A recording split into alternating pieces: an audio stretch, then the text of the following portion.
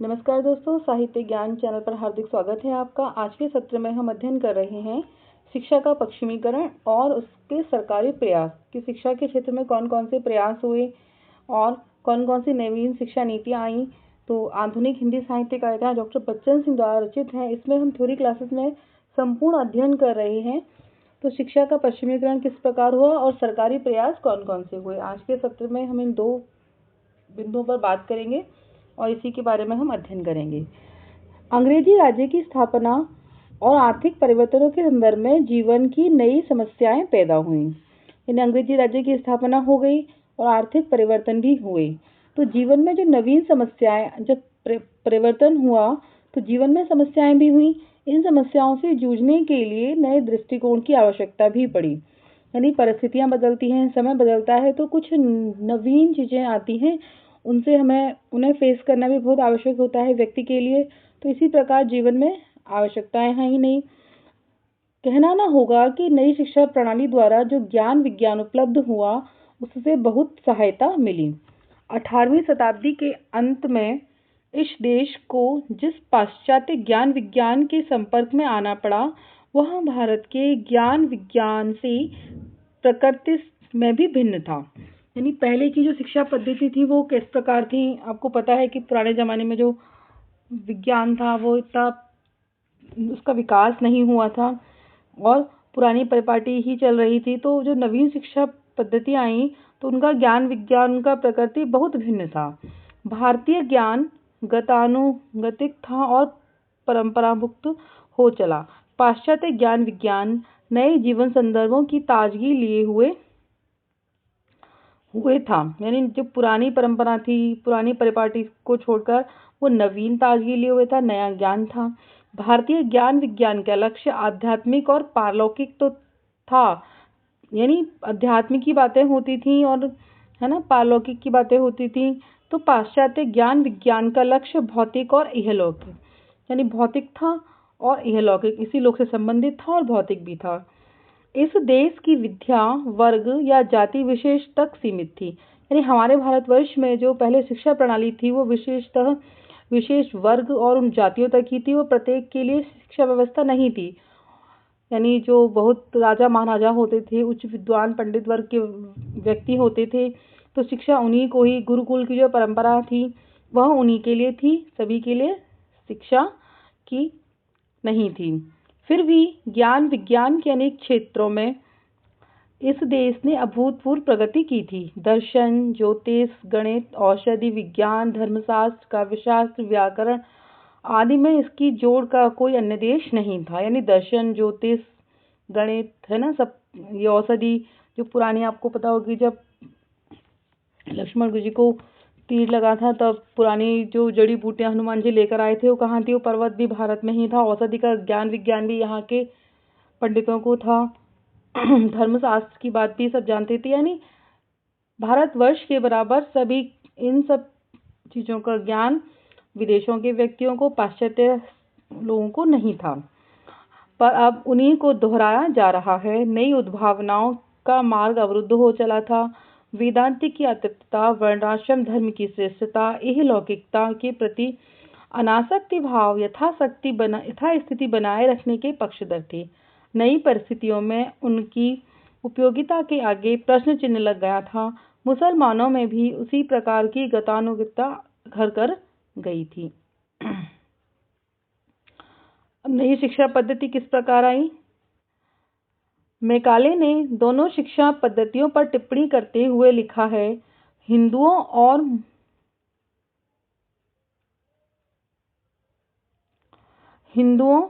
और मुसलमानों की शिक्षा पद्धतियों में कुछ समानता थी।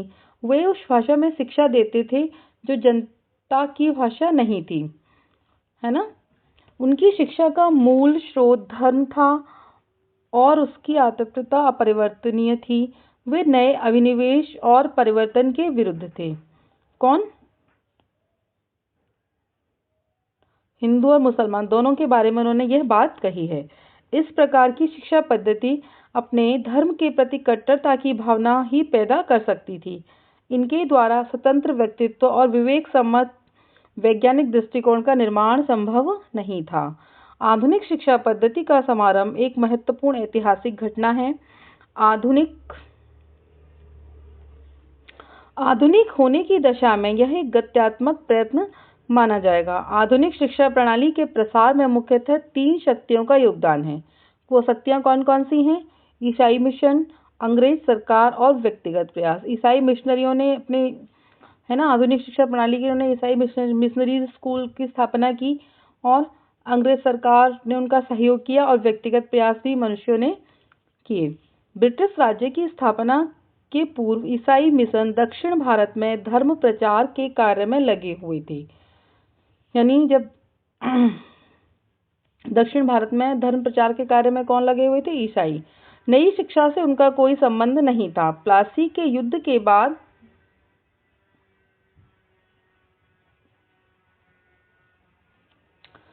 1758 में डैनिश मिशन कलकत्ता आया, परंतु इसका क्रियाकलाप भी सीमित रहा।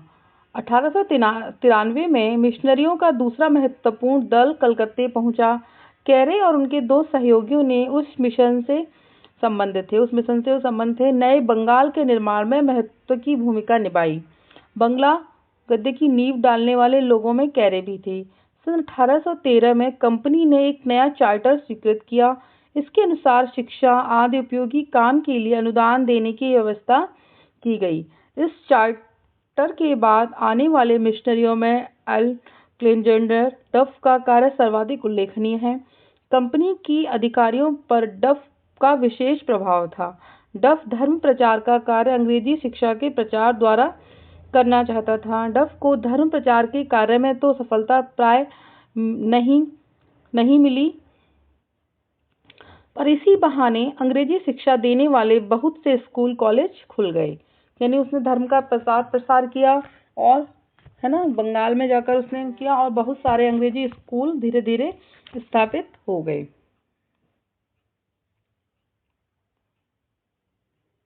ईसाई मिशनरियों ने जो कुछ कार्य किया उसके पीछे न तो कोई आध्यात्मिक प्रेरणा थी, न ही अनुग्रह की भावना। वे ईसाई धर्म प्रचार में लगे हुए थे। अपने धर्म के प्रचारार्थ उन्होंने हिंदुओं और मुसलमानों के धर्म पर निसंकोच आक्रमण किया, उनकी निंदा की। हिंदू और मुसलमानों की दोनों निंदा की, दोनों को ही उन्होंने खराब बताया। प्रत्येक मिशन स्कूल में ईसाई धर्म की शिक्षा अनिवार्य थी। यानी अंग्रेजों द्वारा जो स्कूल ईसाई मिशनरी स्कूल खोले गए उनमें ईसाई धर्म की शिक्षा अनिवार्य कर दी गई। जो हिंदू और मुस्लिम वर्ग के व्यक्ति थे उनके लिए भी ईसाई धर्म की शिक्षा बहुत ही अनिवार्य थी, उन्हें पढ़ना आवश्यक था। इनका विश्वास था कि प्रत्येक अध्यापक विज्ञान और गणित पढ़ाते हुए प्रकारांतर से भारतीय धर्मों को तोड़ने में मदद करता है। यानी जो विज्ञान और गणित पढ़ाता है वो भारतीय धर्म को तोड़ता है। उन्हें ईसाई धर्म के बारे में जानकारी देनी चाहिए, उसे पढ़ाया जाना चाहिए। पर आंकड़ों से जाहिर है कि बहुत कम लोग ईसाई धर्म की श्रेष्ठता से प्रभावित होकर उसमें दीक्षित हुए। वो इस प्रकार की शिक्षा पद्धति कर दी उन्होंने कि जो ईसाई व्यक्ति इसको पढ़ेंगे और ईसाई धर्म में दीक्षित हो जाए। धीरे धीरे उनके माइंड को इस तरह उन्होंने डेवलप किया माइंड में सेटिंग कर दी कि ईसाई धर्म ही श्रेष्ठ है, हिंदू मुस्लिम धर्म श्रेष्ठ नहीं है। जो भारत के पुराने धर्म थे ये नहीं है, ईसाई धर्म को अपनाओ और इसी के शिक्षा ग्रहण करो। जिन लोगों ने उस धर्म को स्वीकार किया उन लोगों को प्रेरणा देने वाली वस्तु धर्म की श्रेष्ठता नहीं, अर्थ की श्रेष्ठता थी। यानी कुछ लोग धर्म को अधिक महत्व नहीं देते थे, अर्थ यानी पैसे के कारण उन्होंने उस धर्म को स्वीकार कर लिया और उसको उन्होंने अपने जीवन में प्रमुख स्थान दिया। फिर भी मिशनरियों के अपने काम ने भी भारतीय भाषाओं की गद्य शैली दी। भारतीय भाषाओं में हिंदी, बंगला, मराठी, गुजराती आदि को उन्होंने बढ़ावा दिया। गद्य शैली अत्यंत आरंभिक में स्थिति में थी। जनता में धर्म के प्रचारार्थ मिशनरियों को उसकी जरूरत महसूस हुई। केरे, ब्राउन, नेवलिन, स्किनर, बेले आदि ने भारतीय भाषाओं में बाइबल का अनुवाद किया। यानी उन्होंने क्या किया, पहले भारत की जो भाषाएं थी उनका उन्होंने अध्ययन कराया। फिर धीरे धीरे उन्होंने क्या किया, जो ईसाई का जो प्रमुख ग्रंथ बाइबल है उसका अनुवाद उन्होंने क्या किया, भारतीय भाषाओं में करवा दिया। उसका अनुवाद कराकर उनको वो दी गई जिससे उसे पढ़ें और उस धर्म की अच्छाइयों को उसमें वो धीरे धीरे दीक्षित हो जाए उसको पढ़कर। स्कूलों में पढ़ाने के लिए उन्हें पाठ्य पुस्तक भी लिखनी पड़ी। भारतीय धर्म पुराण आदि को भी उन्होंने विवरणात्मक गद्य में प्रस्तुत किया। स्त्री शिक्षा के प्रसार में भी उनका महत्वपूर्ण योगदान है ना। स्कूलों में पढ़ाने के लिए भी उन्होंने बाइबल का अनुवाद किया और जो पाठ्य पुस्तकें थी वो भी उन्होंने उसी भाषा में लिखी। अब सरकारी प्रयास क्या क्या हुए यहाँ पर कि शिक्षा को आगे बढ़ाने के लिए सरकारी प्रयास किए गए, वो कौन कौन से थे, चलो देखते हैं। अपनी विकृतियों के बावजूद मिशनरियों ने लोगों को अंग्रेजी शिक्षा की ओर आकृष्ट किया। यानी उनकी जो शिक्षा पद्धति थी उसमें कुछ खराबियां भी थी, फिर भी उन्होंने क्या किया, अंग्रेजी शिक्षा की ओर लोगों को आकर्षित किया। कई दृष्टियों से इसकी उपयोगिता सिद्ध हो रही थी। इस भाषा के माध्यम से अंग्रेज व्यापारियों से विचार विनिमय में सुविधा होती थी। यानी जो व्यापार होता था वो बाहरी देशों से होता था, तो अंग्रेजी पढ़ने से क्या हुआ, वो सुविधा हो गई उन्हें वहाँ पर व्यापार करने में, वो वहाँ की उसको समझने लगे क्या क्या हो, मतलब है ना। तो उन्हें आपस में बातचीत करने में भी, बिजनेस में भी उन्हें उससे फायदा होने लगा।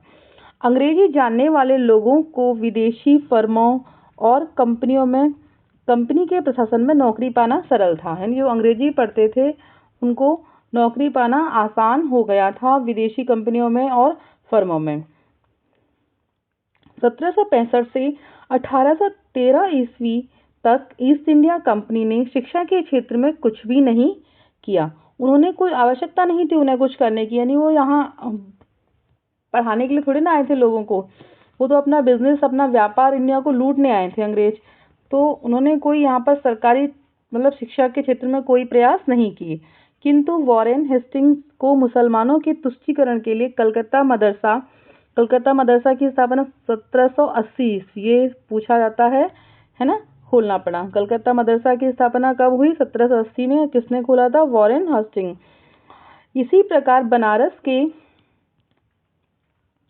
बनारस के रेजिडेंट ने सन 1791 में बनारस संस्कृत कॉलेज बनारस संस्कृत कॉलेज की स्थापना कब हुई थी, 1791 ईस्वी में इसकी नींव डाली।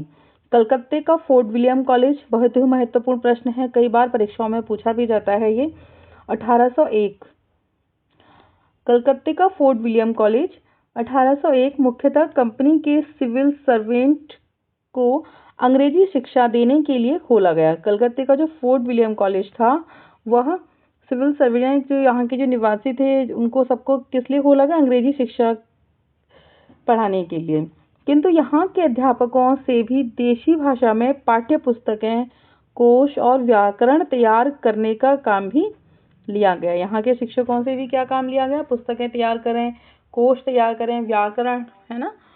इस कॉलेज की मुख्य देन यह है कि इसके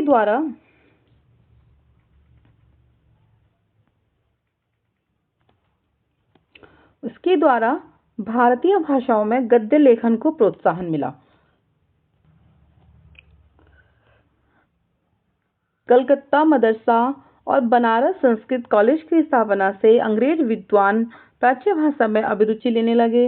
विलियम जोन्स ने संस्कृत के लिए बहुत कुछ किया। संस्कृत के लिए किसने किया, विलियम जोन्स ने। पर संस्कृत और अरबी फारसी की शिक्षा रोजी रोटी से कोई संबंध नहीं रह गया था। यानी अंग्रेजी पढ़ते तो विदेशों में नौकरी करते, विदेशी फर्मों में नौकरी करते, कंपनियों में रोजगार मिल रहा था, पर संस्कृत और अरबी फारसी पढ़ने वालों को ये सब नहीं मिल रहा था। इसीलिए प्रगतिशील विचारक इसके पक्ष में नहीं थे। किंतु युद्धों में उलझे रहने के कारण 1823 तक कंपनी इस दिशा में कुछ नहीं कर सकी। सन 1823 में कंपनी ने कलकत्ते में एक लोक शिक्षा समिति संगठित की। लोक शिक्षा के संबंध में इस समिति को सुझाव देना था। इस समिति में दो विचारधाराओं के लोग थे, H.H. विल्सन और H.T. प्रिंसपस प्राच्य भाषाओं के समर्थक थे। इन्होंने कलकत्ता के मदरसे और बनारस के संस्कृत कॉलेज का पुनर्गठन किया, है ना। 1824 में कलकत्ता एजुकेशन प्रेस की स्थापना की, यानी उसको दोबारा निर्माण किया उसका, तो उसको क्या कर दिया, कलकत्ता एजुकेशन प्रेस का नाम दिया गया। इस प्रेस से इस प्रेस से संस्कृत और अरबी की पुस्तकें छपने लगीं। पर बेंथम के शिष्य जेम्स मिल के निर्देशन में काम करने वाले डायरेक्टर कोर्ट के लोग और ईसाई मिशनरियों के बिशप हर्बर और अलेक्जेंडर डफ जैसे व्यक्ति थे। राजा राममोहन राय ने लॉर्ड एम्सहर्स्ट को पत्र लिखते हुए कलकत्ता संस्कृत कॉलेज की स्थापना का इन्होंने विरोध किया। उन्होंने लिखा था कि व्याकरण की बारीकियों और वेदांत मीमांसा न्याय को कंठस्थ करने में नवयुवकों के 1 दर्जन वर्ष नष्ट करना अच्छा नहीं है। यानी वो इन्हें क्या कराते थे, व्याकरण सिखाते थे, वेदांत और मीमांसा न्याय को सबको कंठस्थ याद करवाते थे। इससे वे समाज के अच्छे सदस्य नहीं बन सकते। इन विषयों के स्थान पर उन्हें प्राकृतिक विज्ञान, रसायन विज्ञान, गणित आदि की उपयोगी शिक्षा देनी चाहिए। उन्होंने इस सब सब्जेक्ट के बारे में कहा है, उन्हें साइंस की, गणित की और विज्ञान की शिक्षा उन्हें प्रदान करो, जिससे उन्हें जीवन में आगे उनका फायदा हो। 1834 में जब मैकाले भारत पहुंचा तो प्राच्य शिक्षा विरोधियों का काफी बल मिला। मैकाले संस्कृत कॉलेज और अरबी फारसी मदरसों के विरुद्ध था। यानी मैकाले क्या करता था, संस्कृत कॉलेज, अरबी फारसी शिक्षा मदरसों के विरुद्ध था। उसका अब मैकाले की जो शिक्षा नीति आई वो यहीं से आई कि किस प्रकार उसने अपनी नई शिक्षा नीति दी और उससे हमारे देश को बहुत फायदा हुआ। उसका सुझाव था कि इनको बंद कर दिया जाए, इनको बंद कर दिया जाए। अंग्रेजी भाषा की प्रशंसा में उसने लिखा है कि हमारी भाषा पश्चिमी भाषाओं में सर्वोत्तम है। जिसे इस भाषा का ज्ञान प्राप्त है उसे संसार के अपार ज्ञान भंडार की उपलब्ध हो सकती है। बहुत कुछ संभावना है कि यह पूर्व के समुद्रों की वाणिज्य भाषा बन जाए। लॉर्ड बेंटिक ने मैकाले का प्रतिवेदन स्वीकार कर लिया।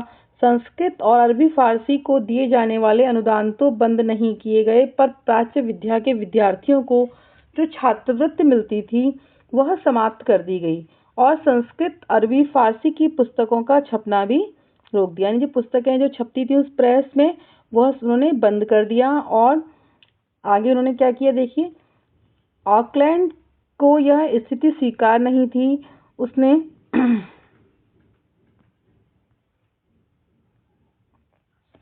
उसने संस्कृत, अरबी, फारसी पुस्तकों का छपना जारी कर दिया। पर बेंटिक की पाश्चात्य शिक्षा की संस्कृति उसे ज्यों की त्यों मान्य थी। इस देश में 2 प्रश्न प्रमुख रूप से सामने आए, शिक्षा का माध्यम और जनता में शिक्षा का प्रचार प्रसार। ये दोनों प्रश्न देश की संस्कृति, राजनीति और समाज के साथ व्यापक रूप से जुड़े हुए थे। शिक्षा के माध्यम के संबंध में 3 विकल्प थे। पहला यह कि माध्यमिक और विश्वविद्यालय की शिक्षा का माध्यम अंग्रेजी हो। दूसरा यह है कि संस्कृत, अरबी, फारसी हो। और तीसरा यह कि बोलचाल की भाषा बंगला, हिंदी, मराठी, गुजराती, उर्दू आदि हो। चार्ल्स ग्रांट पहले मत के समर्थक थे। मैकाले ने बोलचाल की भाषा को शिक्षा माध्यम के रूप में असमर्थ घोषित किया। संस्कृत, अरबी के विषय में उसने जो कुछ कहा उससे उसका अज्ञान प्रकट होता है। जो भी हो, अंग्रेजी भाषा शिक्षा माध्यम के रूप में स्वीकार कर ली गई। यानी शिक्षा का माध्यम क्या हो गया, अंग्रेजी भाषा हो गया। बोलचाल की भाषा को शिक्षा का माध्यम न स्वीकार करने का निर्णय अत्यंत दुर्भाग्यपूर्ण कहा जाएगा। अंग्रेजों में भी विल्सन और शेक्सपियर जैसे व्यक्तियों ने देशी भाषाओं की उपयोगिता का समर्थन किया। उन्होंने कहा कि हमारे देश की जो भाषाएं हैं, बच्चा जिस भाषा को मातृभाषा के रूप में ग्रहण करता है उसमें वो शिक्षा आसानी से प्राप्त कर सकेगा, है ना। उसको उन्होंने अंग्रेजी में भी विल्सन और शेक्सपियर जैसे व्यक्तियों ने देशी भाषाओं की उपयोगिता का समर्थन किया है। शिक्षा समिति के एक भारतीय सदस्य जगन्नाथ सेठ ने सन 1847 में अपने विचार प्रकट करते हुए जो कुछ लिखा है वह अनेक दृष्टियों से महत्वपूर्ण है। यदि हमारा उद्देश्य, यहाँ से उनके विचार हैं ये देखेंगे, यदि हमारा उद्देश्य भारतीय जनता का ज्ञानवर्धन और उसके मस्तिष्क का परिष्कार करना है तो हमें उसकी अपनी भाषा में शिक्षा देनी चाहिए। हमें उनकी अपनी भाषा में उन्हें शिक्षा देनी चाहिए बच्चों को। स्त्री शिक्षा के लिए और दूसरा कौन उपाय हो सकता है। मैं अंग्रेजी के अध्ययन को हतोत्साहित नहीं करना चाहता, किंतु मेरा दृढ़ विश्वास है कि यह शिक्षा भारतीय जनता के अधिगम के बाहर है। यानी जो शिक्षा अंग्रेजी अब उन्होंने बचपन से पढ़ी नहीं, सीखी नहीं, देखी नहीं, सुनी नहीं, तो उसमें शिक्षा कैसे ग्रहण करेंगे। यानी जो शिक्षा का माध्यम हो वह है ना की मातृभाषा ही हो सकती है। तो ज्ञानवर्धन का मस्तिष्क का परिष्कार करना है तो अपनी भाषा में, यानी वो उस चीजों को आसानी से वो समझ पाएंगे, उसे ग्रहण कर पाएंगे उस ज्ञान को। पर अंग्रेजी अधिकारियों पर इसका कुछ भी प्रभाव नहीं पड़ा और अंग्रेजी भाषा उच्च शिक्षा का माध्यम स्वीकार कर ली गई। प्राय दलील दी जाती है कि अंग्रेजी शिक्षा के फलस्वरूप देश में एकता की भावना पैदा हुई। जीवन की समस्याओं के संदर्भ में लोगों ने नए ढंग से सोचना आरंभ किया। राष्ट्रीय आकांक्षाओं को जागृत करने में इसे बहुत श्रेय दिया जाता है। प्रश्न यह है कि देशी भाषाओं के माध्यम से शिक्षा देने से क्या इन उद्देश्यों की पूर्ति न होती। वस्तुतः यदि अंग्रेजी अधिकारियों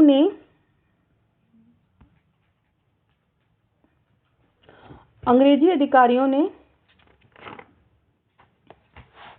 देशी भाषा का माध्यम अपनाया होता तो राष्ट्रीयता की भावना और भी जल्दी उत्पन्न होती। यानी राष्ट्रीयता की भावना जल्दी उत्पन्न होती।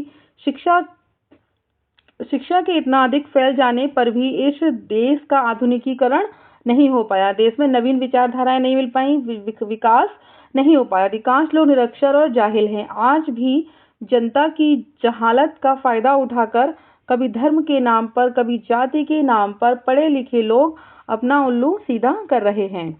पर उस समय इस शिक्षा के माध्यम से जिस बौद्धिक मध्य वर्ग का उदय हुआ उसके आदर्श ऊंचे थे। आगे चलकर उन्होंने उसका उपयोग राष्ट्रीय सांस्कृतिक विचारों के प्रसार में किया है। सन 1853 में कंपनी के आज्ञा पत्र का नवीनीकरण होने वाला था। ब्रिटिश संसद ने भारत में स्थायी शिक्षा नीति निर्धारित करने के सिलसिले में एक समिति बना दी। इसके फलस्वरूप सन 1854 में वुड घोषणा पत्र प्रकाशित हुआ। कब हुआ? वुड घोषणा पत्र कब आया? 1854 ईस्वी में। कुछ लोगों का कहना है कि इस घोषणा पत्र को जॉन स्टुअर्ट मिल ने तैयार किया था। इसके अनुसार जन समूह को शिक्षित करने का प्रयत्न प्रारंभ हुआ। विश्वविद्यालयों की स्थापना हुई और प्राथमिक और माध्यमिक शिक्षा को भी प्रोत्साहन मिला। वुड के घोषणा पत्र से बहुत सारी चीजों का नवीनीकरण हुआ। विश्वविद्यालय की स्थापना हुई, प्राथमिक और माध्यमिक शिक्षा को भी प्रोत्साहन मिला। यानी कहाँ से? 1854 के वुड के घोषणा पत्र से ही यह चीजें आगे इन सब शिक्षा के क्षेत्र में बहुत तेजी से प्रसार हुआ। प्रत्येक प्रांत में शिक्षा विभाग स्थापित किए गए। यानी प्रत्येक प्रांत में एक शिक्षा विभाग स्थापित हुए जिससे शिक्षा को एक सामान्य स्तर पर प्रतिष्ठित करने में सुविधा हुई। तो जो कंपनी 1853 में कंपनी में आज्ञा पत्र का नवीनीकरण होने से शिक्षा नीति निर्धारण में सिलसिले में यानी धीरे धीरे शिक्षा का इतनी तेजी से विकास हुआ कि जो वुड के घोषणा पत्र आया उससे तो बहुत ही तेजी से विश्वविद्यालयों की स्थापना भी हो गई है ना। पहले यहाँ पर विश्वविद्यालय स्तरीय शिक्षा नहीं थी। भारत में अध्ययन करने के बाद विदेशों में शिक्षा ग्रहण करने के लिए जाया करते थे विश्वविद्यालय स्तर की, वो सब विद्यालय भारत में ही स्थापित हो गए। प्राथमिक और माध्यमिक स्तर पर भी शिक्षा का विकास हुआ। तो आज के सत्र में हमने इतना अध्ययन किया है कि किस प्रकार शिक्षा का प्रचार प्रसार हुआ है ना, और कौन कौन से घोषणा पत्र आए। आगे के सत्र में हम अध्ययन करेंगे उत्तर भारत में शिक्षा और यातायात के साधन, प्रेस और जनमत आगे के सत्र में। तो आज के लिए इतना ही। क्लास अच्छी लगी तो लाइक कीजिए, चैनल को सब्सक्राइब कीजिए, शेयर कीजिए, कमेंट्स कीजिए। Thank you.